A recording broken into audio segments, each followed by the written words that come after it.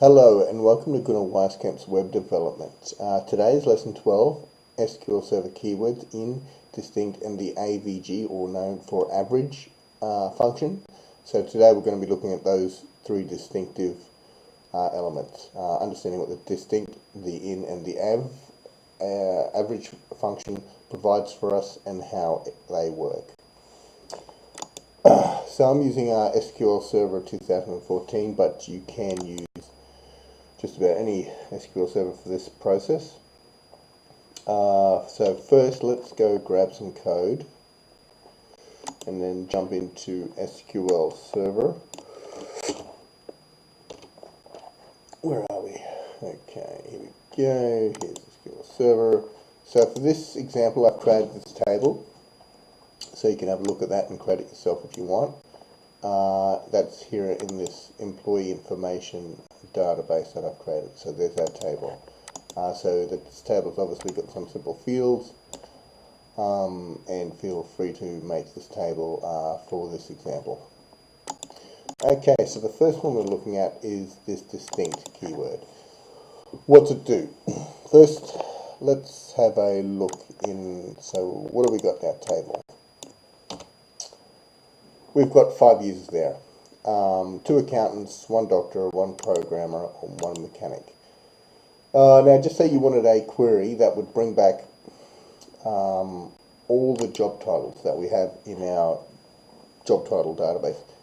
But you don't need the duplicate ones. You just want distinctive, all the job titles, but I don't want to see accountant come back twice. I just want to know exactly what job titles we have on this database. So that's where this distinct keyword comes into play. If we run all of these three, seeing is believing and seeing is understanding, and the picture tells 1,000 words. So you can see here, if we just run it without the distinct keyword, we get these duplicates back.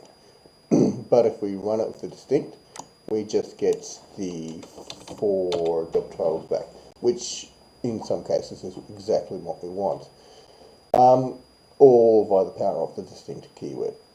So that's what that guy does. Can be quite useful sometimes. Next is this guy here. He's called the average guy because he's average.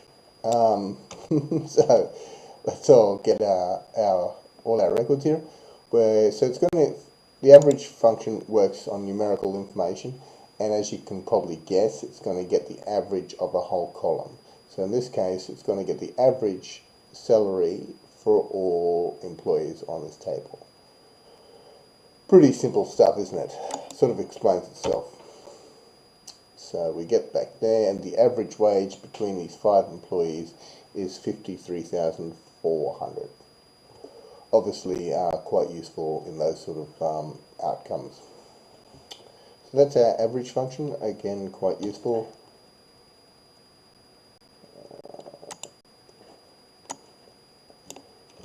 We've got one more for today to have a look at.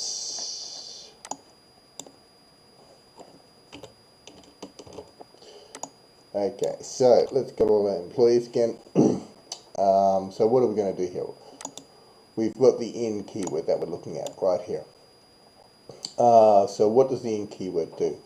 It allows you to get group sort of information. If we run this here, again seeing is believing, our second result set is we're only getting job titles or employees back which are in this job title of accountant, as you can see there. So only accountants are brought back. Which is quite useful sometimes. Obviously you can put more than one group by parameter in here. So if we run this, as we can see in our second one, we get the accountants and the programmer back, so highly useful. The in keyword can be used with numerical information as well, not just string information there. So if we run all of them, in this last one, we'll only get employees with a salary based in the 21,000 region, which is only 1 employee. Again, we can change that to group more than one. Now we'll get, we should get 2 employees back in that last result area, which we can see has happened here at the 21 and the 38,000. So again, yeah, the in keyword here can save you a lot of time and can be quite useful, and is undervalued, not used enough at times. So, yes, that was it for today. Nice, short and sweet one. 3 objects there that might be of some value to you. Please subscribe to my channel, or if you want, go and have a look at my website as well at gunnarweiskamp.com. Thank you. Thanks for your time.